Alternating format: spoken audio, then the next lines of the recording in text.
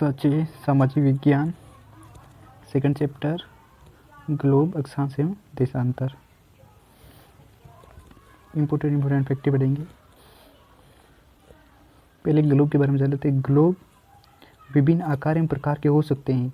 बड़े ग्लोब जो आसानी से एक स्थान से दूसरे स्थान पर नहीं ले जाए जा सकते, उन्हें पॉकेट में रखने योग्य छोटे गोले तथा गुब्बारे जैसे ग्लोब जिनमें हवा भरी जा सकती है एवं आसानी से एक स्थान पर दूसरे स्थान पर ले जाए जा सकते हैं। ग्लोब स्थिर नहीं होते हैं, उसी प्रकार घुमाया जा सकता है जैसे कुम्हार का पहिया या लट्टू घूमता है। ग्लोब पर देशों, महाद्वीपों तथा महासागरों को उनके सही आकार में दिखाया जाता है। आप देखेंगे कि सुई के ग्लोब में झुकी हुई अवस्था में स्थित होती हैं, जिसे अक्ष कहा जाता है। ग्लोब पर दो बिंदु जिनसे होकर सुई गुजरती है, उत्तर तथा दक्षिण ध्रुव है। ग्लोब को इस सुई के चारों ओर पृथ्वी की भांति पश्चिम से पूर्व की ओर घुमाया जा सकता है, लेकिन पश्चिम से पूर्व की ओर घुमाया जाता है। पृथ्वी पश्चिम से पूर्व की ओर घूमती है। पृथ्वी पर वास्तव में ऐसी कोई सुई नहीं होती है, मतलब वास्तव में ऐसी सुई नहीं होती। ये अपने अक्ष पर चारों ओर घूमती है, जो एक काल्पनिक रेखा है। एक अन्य काल्पनिक रेखा भी ग्लोब को दो बराबर भागों में बांटती है, जिसे विषुवत रेखा कहा जाता है। यह है विषुवत रेखा, ग्लोब को दो बराबर भागों में बांटने वाली विषुवत रेखा।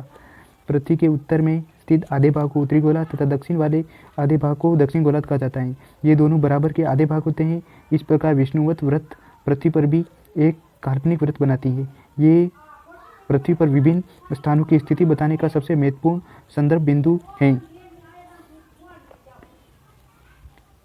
विषुवत वृत्त से ध्रुव तक स्थित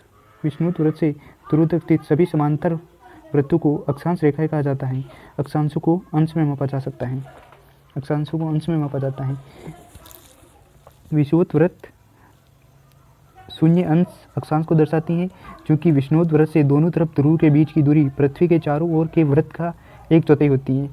अतः इसका माप होगा 360 डिग्री अंश या 1/4 यानी 90 अंश है। इसी प्रकार 90 अंश उत्तरी अक्षांश और उत्तरी ध्रुव को दर्शाता है तथा 90 अंश दक्षिणी अक्षांश दक्षिण ध्रुव को दर्शाता है।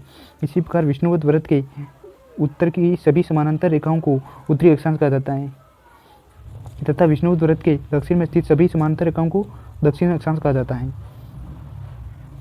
इसलिए प्रत्येक अक्षांश के मान के साथ उनकी दिशा यानी उत्तर या दक्षिण को भी दिखा जाता है। सामान्यतः इसे उ या द अक्षर से व्यक्त किया जाता है।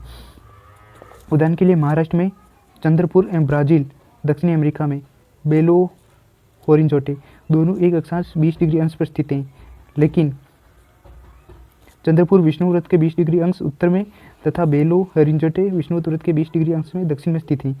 इसलिए हम कहते हैं कि चंद्रपुर 20 डिग्री उत्तर अक्षांश पर तथा बेलो होरिज़ोंटे 20 डिग्री दक्षिण अक्षांश पर स्थित हैं।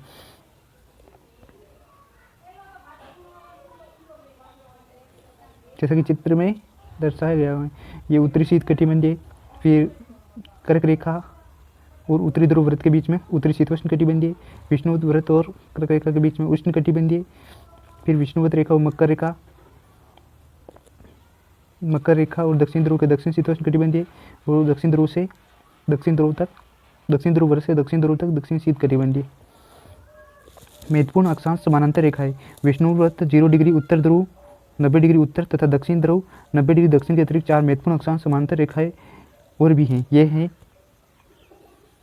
उत्तरी गोलार्ध में कर्क रेखा 23.5 डिग्री उत्तरी तथा दक्षिण गोलार्ध में मकर रेखा 23.5 डिग्री दक्षिण में मकर रेखा, उत्तर में कर्क रेखा। विषुवत वृत्त के 66 डिग्री उत्तर में उत्तर ध्रुव वृत्त तथा विषुवत रेखा के 66 डिग्री दक्षिण में दक्षिण ध्रुव वृत्त। पृथ्वी के ताप कटिबंध कर्क रेखा एवं मकर रेखा के बीच सभी अक्षांशों पर सूर्य वर्ष में 2 बार सिर के ठीक ऊपर उठता है। इसलिए इसे क्षेत्र में सबसे अधिक ऊष्मा प्राप्त होती है और तथा इसे उष्ण कटिबंधीय कहा जाता है।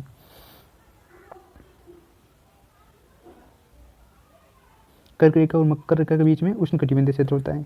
कर्क रेखा तथा मकर रेखा के बाद किसी भी अक्षांश एवं दोपहर का सूर्य कभी भी सिर के ऊपर नहीं होता है। ध्रुव की तरफ सूर्य की किरणें तिरछी तिरछी होती जाती हैं और इस प्रकार उत्तरी गोलार्ध में कर्क रेखा एवं उत्तर ध्रुव वृत्त तथा दक्षिण गोलार्ध में मकर रेखा एवं दक्षिण ध्रुव वृत्त के बीच वाला क्षेत्र को तापमान मध्यम रहता है, इसलिए इन्हें शीतोष्ण कटिबंधीय कहा जाता है। उत्तरी गोलार्ध में उत्तर ध्रुव वृत्त एवं उत्तरी ध्रुव तथा दक्षिण गोलार्ध में दक्षिण ध्रुव वृत्त एवं दक्षिण ध्रुव के बीच के क्षेत्र में ठंड बहुत होती है, क्योंकि यहाँ सूर्य स्थिति से ज़्यादा ऊपर नहीं आ पाता है, इसलिए ये शीत कटिबंधीय कहलाते हैं। देशांतर रेखाएं किसी स्थान की स्थिति को बताने के लिए उस स्थान के अक्षांश के अतिरिक्त कुछ और जानकारियों की आवश्यकता भी होती है। आप देख सकते हैं कि प्रशांत महासागर में स्थित टोंगा द्वीप स्थित है एवं हिंद महासागर में स्थित मॉरिशस द्वीप, हिंद महासागर में मॉरिशस और प्रशांत महासागर में टोंगा द्वीप एक ही अक्षांश 20 डिग्री दक्षिण पर स्थित है। उनकी सही स्थिति जानने के लिए ये पता करना होगा कि उत्तर ध्रुव को दक्षिण ध्रुव से जोड़ने वाली संदर्भ रेखा से पूर्व या पश्चिम की ओर इन स्थानों की दूरी कितनी होती है। इन संदर्भ रेखाओं को देशांतर यामोत्तर कहा जाता है तथा इनके बीच की दूरी को देशांतरों के अंशों में मापा जाता है। प्रत्येक अंश का मिनट में तथा मिनट को सेकंड में विभाजित किया जाता है। ये अर्धवृत्त है तथा उनके बीच की दूरी ध्रुव की तरफ बढ़ने पर घटती जाती है एवं ध्रुव पर शून्य हो जाती है, जहाँ सभी देशांतर यामोत्तर आपस में मिलती हैं।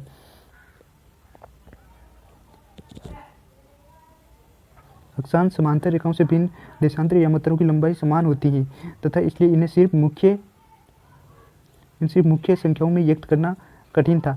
तभी सभी देशों ने निश्चय किया कि ग्रीनविच, जहाँ ब्रिटिश राज के वेधशाला स्थित है, ग्रीनविच में ब्रिटिश राज के वेधशाला से गुजरने वाली यामोत्तर से पूर्व और पश्चिम की ओर गिनती शुरू की जाती है। इस यामोत्तर को प्रमुख यामोत्तर कहा जाता है। ग्रीनविच यामोत्तर को प्रमुख यामोत्तर कहा जाता है, ग्रीनविच शहर से गुजरने वाली।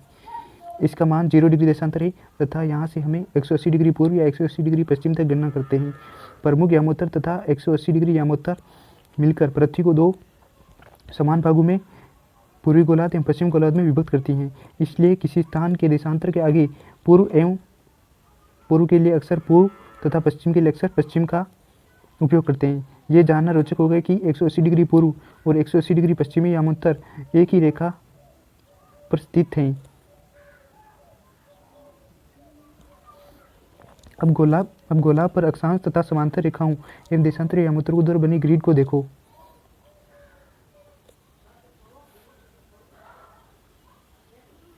ये हैं प्रमुख यामोत्तर 0 डिग्री जो ग्रीनविच शहर से होकर गुजरती है।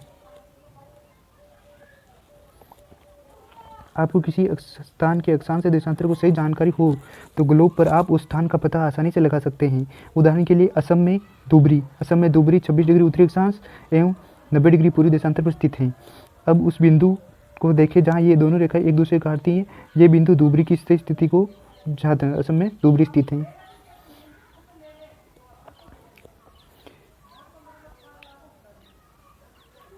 छोड़ दीजिए, मान लीजिए कि उधर रेखा छोड़ो।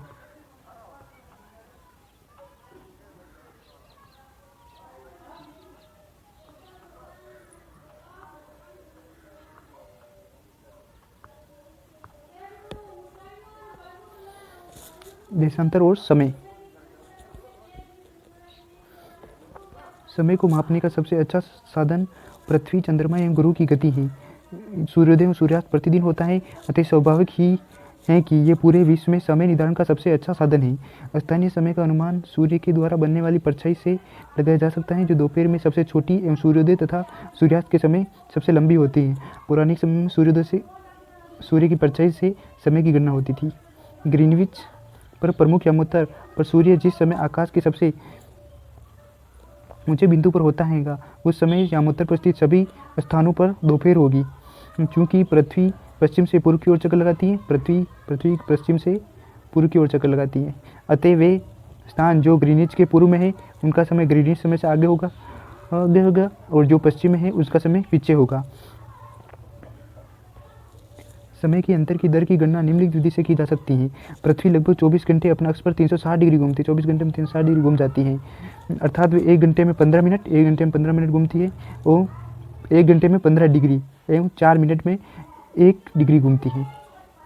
1 घंटे में तो 15 डिग्री और 4 मिनट में 1 डिग्री घूमती है। इसी प्रकार जब ग्रीनिच में दोपहर के 12 बजते हैं तब ग्रीनिच से 15 डिग्री पूर्व में समय होगा 15 × 4 = 60, अर्थात ग्रीनिच के समय से 1 घंटा आगे, अर्थात वहाँ दोपहर का 1 बजा होगा, लेकिन ग्रीनिच में 15 डिग्री पश्चिम का समय ग्रीनविच समय से 1 घंटा पीछे होगा, यानी वहाँ सुबह के 11 बजे होंगे। इसी प्रकार जब ग्रीनिच पर दोपहर के 12 बजे होंगे तब उस समय 180 डिग्री पर मध्य रात्रि होगी। किसी भी स्थान पर जब सूर्य आकाश में अपने उच्चतम बिंदु पर होता है तो दोपहर में उस घड़ी में दिन के 12 बजते हैं। इसी प्रकार घड़ी के द्वारा दिखाया गया समय उस स्थान का स्थानीय समय होगा। आप देख सकते हैं कि दिए गए देशांतर यामोत्तर पर सभी स्थानों का स्थानीय मान समय समान है।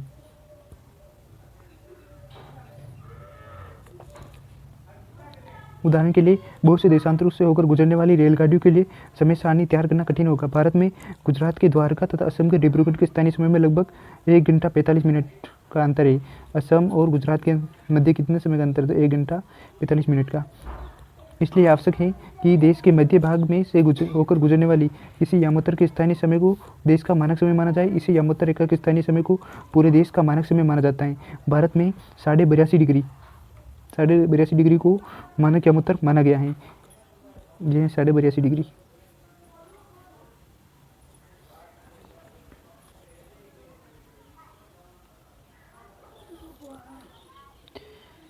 इसे भारतीय मानक समय के नाम से जाना जाता है। 82.5 डिग्री को भारतीय मानक समय।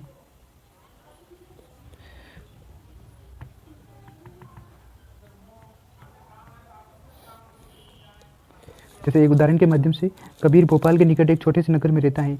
वे अपने मित्र आलोक से कहता है कि वे लोग आज रात्रि में नहीं सो पाएंगे। भारत और इंग्लैंड के बीच एक क्रिकेट मैच लंदन में 2 बजे अपराह्न में शुरू होगा, अर्थात भारत के समय अनुसार मैच शाम 7:30 बजे होगी।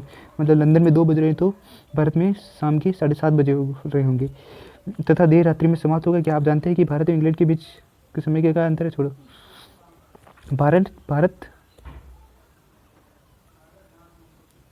भारत ग्रीनिच के पूर्व में 82.5 डिग्री पूर्व में स्थित है, जहाँ का समय ग्रीनिच समय 5 घंटा 30 मिनट आगे है। मतलब ग्रीनिच के वो भारत के समय में जहाँ लंदन शहर स्थित है उससे 5 घंटा 30 मिनट आगे हैं। इसलिए जब लंदन में दोपहर के 2 बजे होंगे तब भारत की शाम के 7:30 बजे होंगे।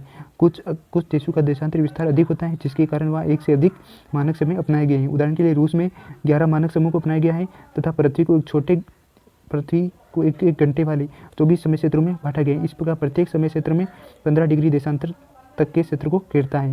मतलब प्रत्येक समय क्षेत्र 15 डिग्री देशांतर समय को घेरता है।